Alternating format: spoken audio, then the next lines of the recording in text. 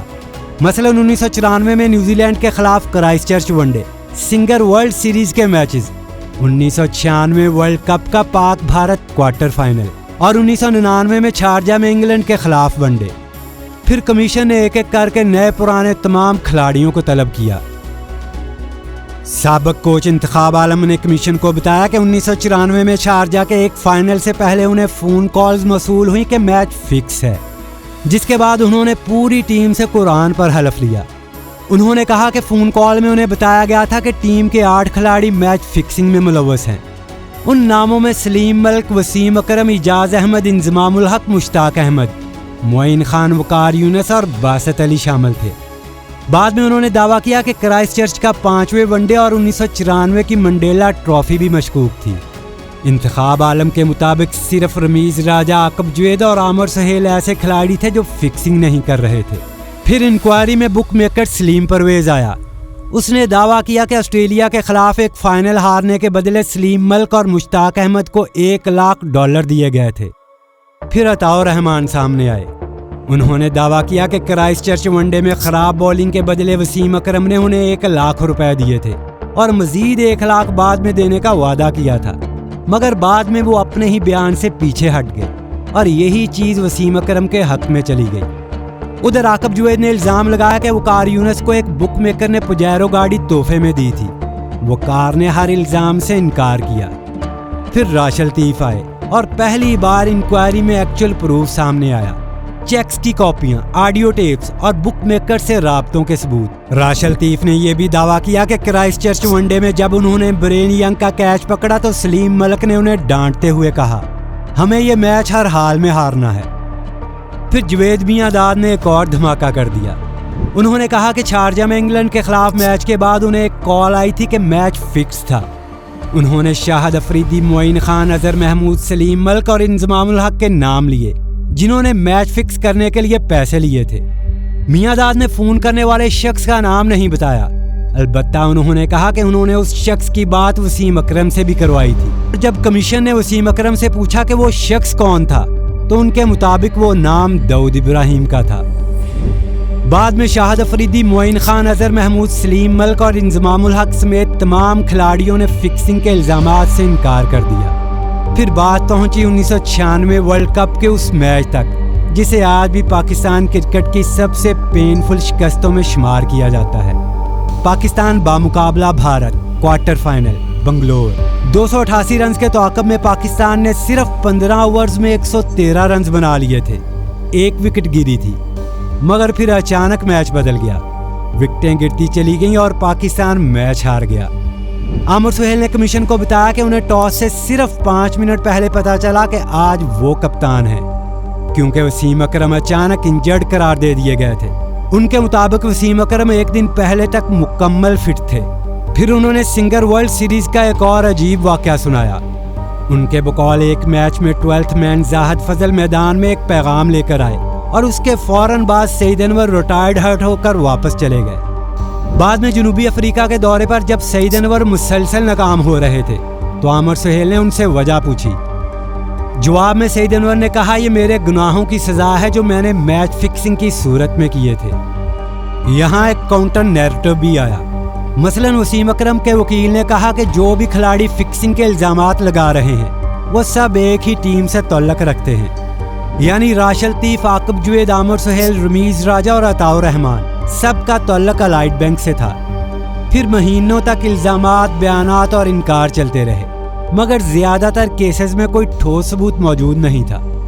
عمران خان نے بھی کمیشن کو بتایا کہ انہیں پہلی بار ڈومیسٹک کرکٹ میں فکسنگ کا شک اس وقت ہوا جب حبیب بینک کی ٹیم سے متعلق باتیں سامنے آنے لگی، جس کے کپتان سلیم ملک تھے۔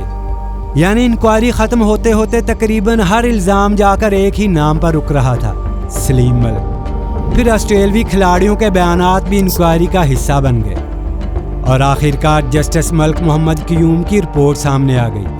سلیم ملک پر لائف ٹائم بین اور 10 لاکھ روپے جرمانہ لگا۔ عطاء الرحمان پر بھی تاحیات پابندی اور 4 لاکھ روپے جرمانہ ہوا۔ وسیم اکرم پر فکسنگ ثابت نہیں ہو سکی، مگر کمیشن نے ان پر شک ظاہر کرتے ہوئے 3 لاکھ روپے جرمانہ کیا اور کپتانی نہ دینے کی سفارش کی۔ مشتاق احمد پر بھی 3 لاکھ روپے جرمانہ ہوا، جبکہ وقار یونس، انضمام الحق، سعید انور اور اکرم رضا پر 1-1 لاکھ روپے جرمانہ عائد کیا گیا۔ مگر یہ پاکستان کرکٹ کا آخری سکینڈل نہیں تھا، کیونکہ چند سال بعد لارڈز کے میدان میں 3 اور پاکستانی کھلاڑی دنیا کے سامنے کھڑے تھے: محمد عامر، محمد آصف اور سلمان بٹ۔